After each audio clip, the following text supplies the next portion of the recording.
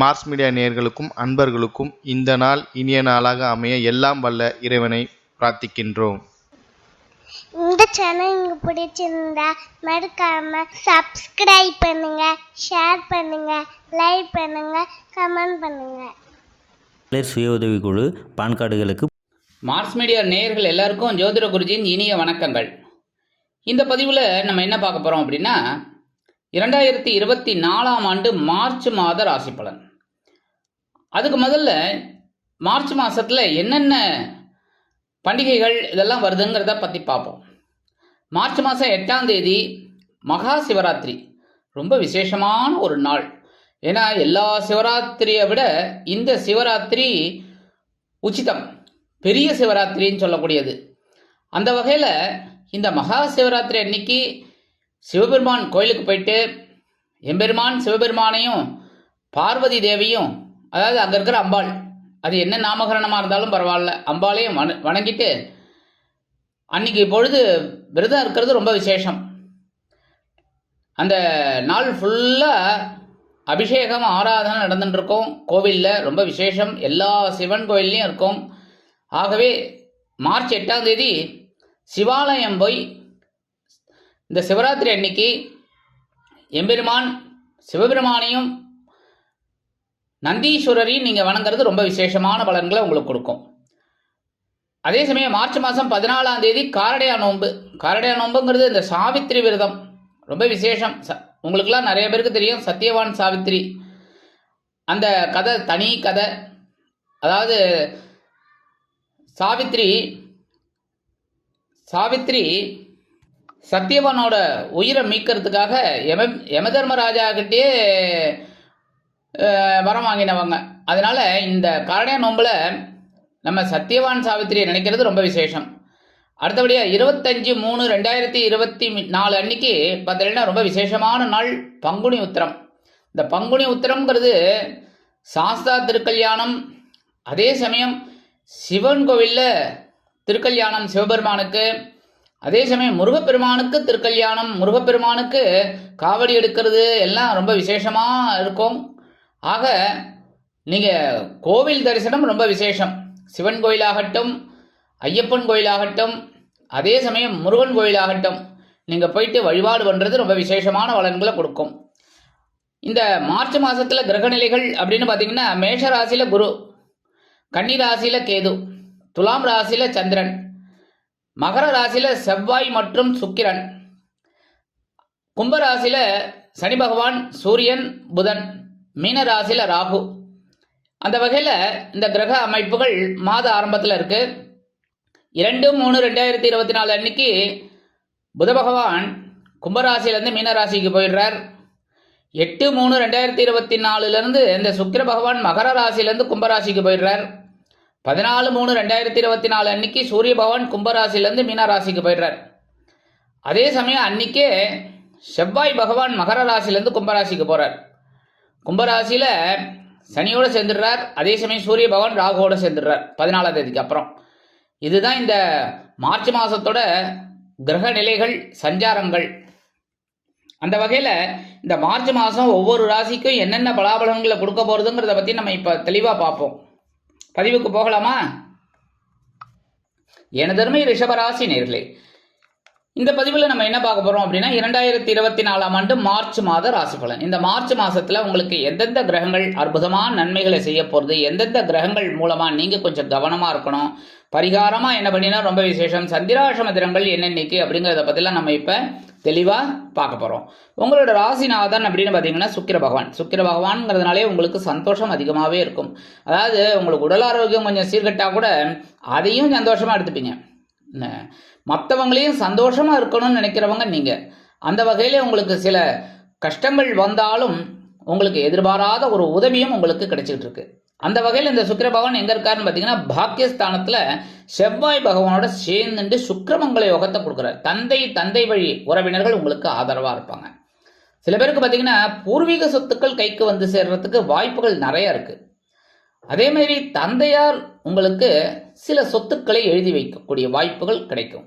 அதேமாதிரி உத்தியோகத்தில் நீங்கள் எடுக்கிற காரியங்கள்லாம் அற்புதமாக நிறைவேறும். சில பேருக்கு அத்தியாவசிய பொருட்களை வாங்கி மகிழும் வாய்ப்புகள் உண்டாகும். இந்த சுக்கிர பகவான் 8/3/2024 ஜீவனஸ்தானமாகிய 10ஆம் இடத்துக்கு வந்துடுறார்.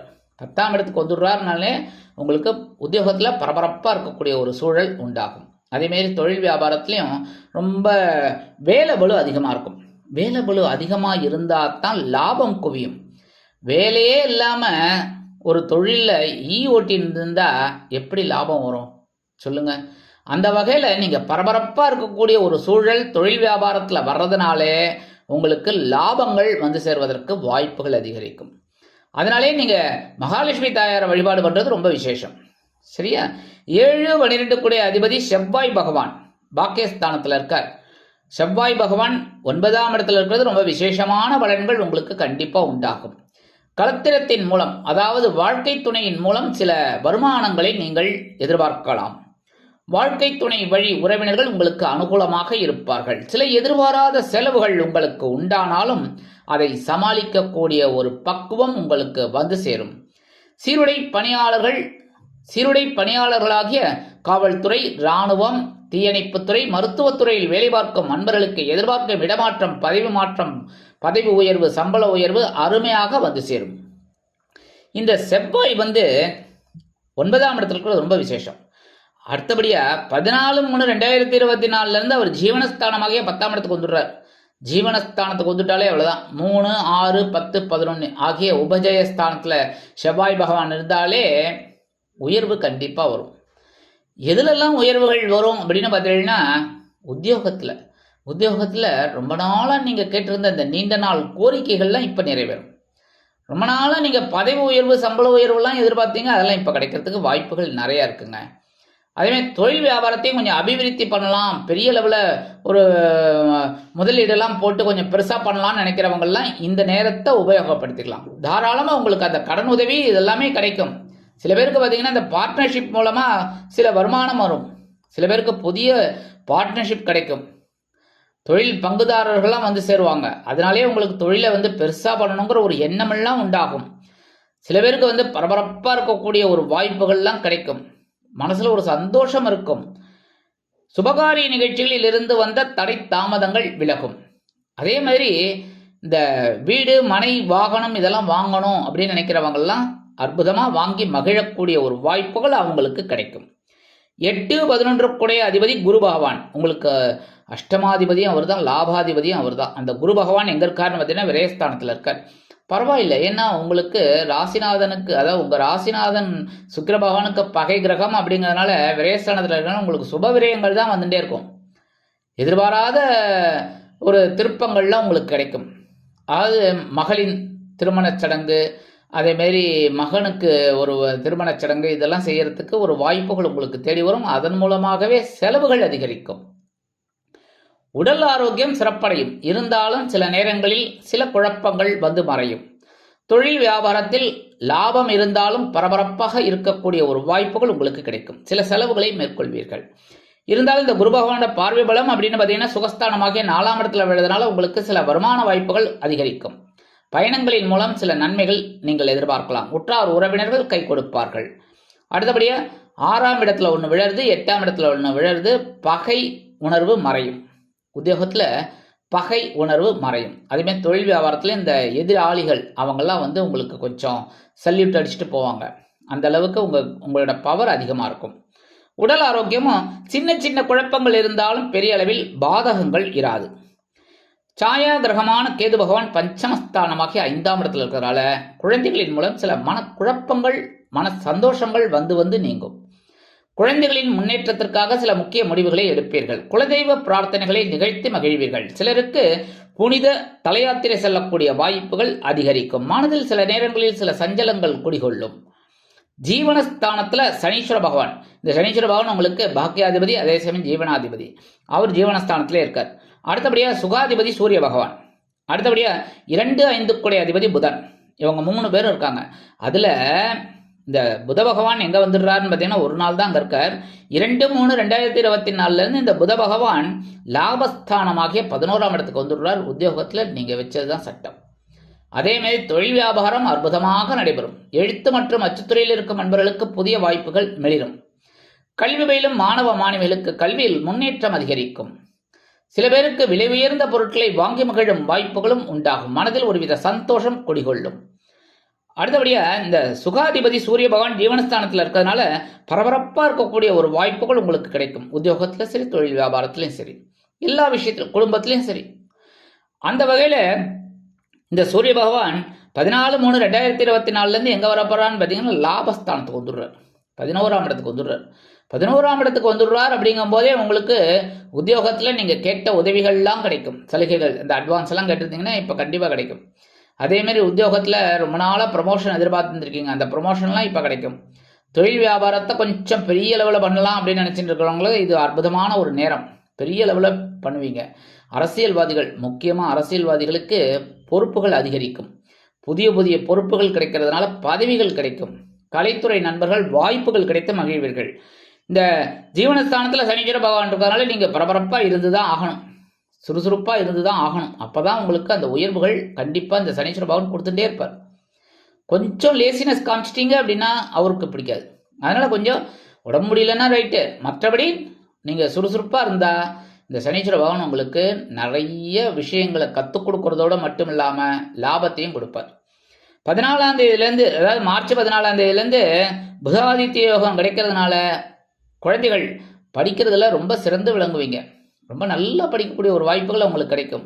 அதுமாதிரி இந்த விளையாட்டுத்துறையில் இருக்கிற குழந்தைகளுக்கெல்லாம் பதக்கம் கிடைக்கிறதுக்கு வாய்ப்புகள் இருக்குது. இந்த ரஞ்சி டிராஃபி அது இதுன்னெலாம் போயிட்டு இருக்கிறதெல்லாம் ரொம்ப நல்ல ஒரு பதக்கம் வாங்கிறதுக்கு வாய்ப்புகள் நிறையா இருக்குங்க. எடுக்கிற எல்லா முயற்சிகளிலும் அவங்களுக்கு ஒரு பெரிய சாதகங்கள் அமையும். அதே சமயம் பெரிய அளவில் அவங்க பேசப்படுவாங்க. எடுக்கிற காரியங்கள்லாம் அவங்களுக்கு அற்புதமான பலாபலன்களை கொடுக்கும்.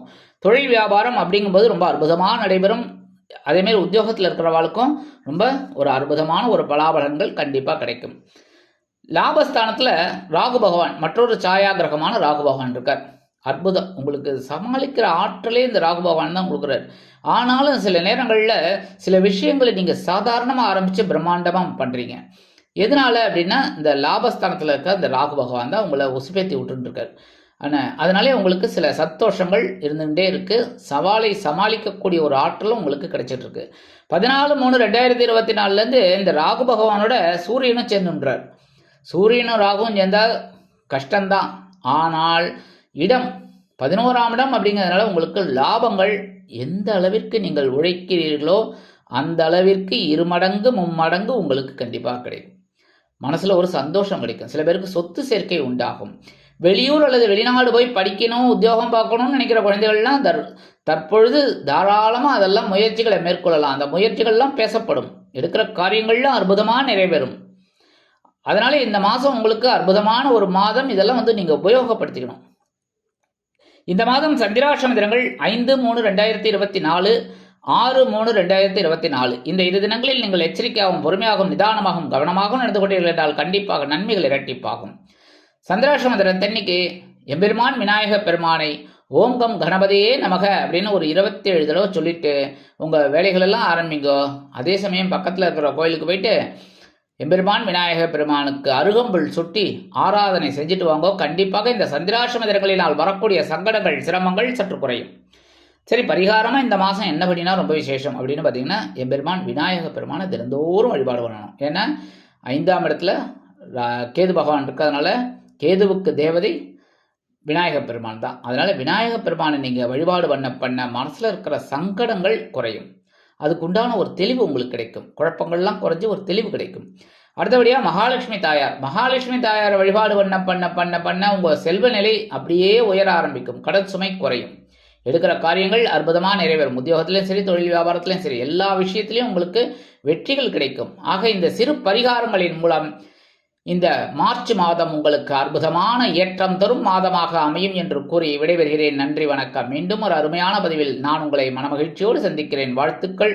வாழ்க வளமுடன். இந்த சேனல் உங்களுக்கு பிடிச்சிருந்தா மறக்காம சப்ஸ்கிரைப் பண்ணுங்க, லைக் பண்ணுங்க, ஷேர் பண்ணுங்க.